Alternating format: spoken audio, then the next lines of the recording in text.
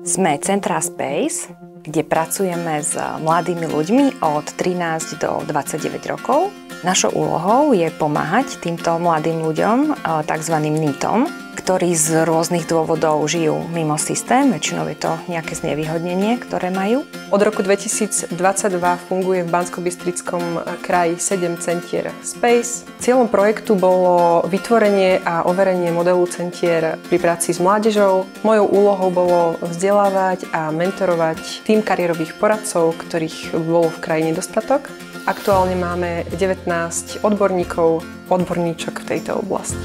Klient za nami môže prísť na individuálne kariérové poradenstvo, kde mu pomáhame nájsť si prácu alebo zvoliť si študijné zameranie, svoje budúce povolanie alebo vstúpiť na pracovný trh. Veľmi sa nám osvedčili aj workshopy alebo programy, kde sa pracuje skupinovo a kde môžu vlastne mladí ľudia spoznať svoje silné stránky, samého seba a môžu získavať rôzne zručnosti pre riadenie svojej budúcej kariéry.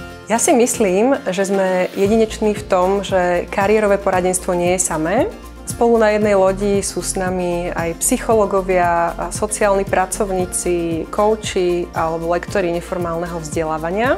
Spolu vytvárame tím, ktorý sa snaží zachytiť komplex problémov, s ktorými prichádzajú mladí ľudia k nám. Naši klienti majú u nás bezpečný, inšpiratívny priestor, kde môžu rásť, kde môžu zisťovať, kým chcú byť, kým sú. A toto si aj najviac cenia. Hovoria, že to, čo u nás zažívajú, je to, že sú prijatí, že sú pochopení, že nie sú nikým hodnotení, nikým súdení. Naučia sa rozhodovať o svojom živote, rozhodovať sa o svojej kariére, naučia sa riadiť si ju, naučia sa všetky zručnosti, ktoré potrebujú, aby vstúpili do života. Mojím želaním je, aby tieto služby mohli využívať nielen mladí ľudia, ale všetci, ktorí ich potrebujú v takomto komplexe.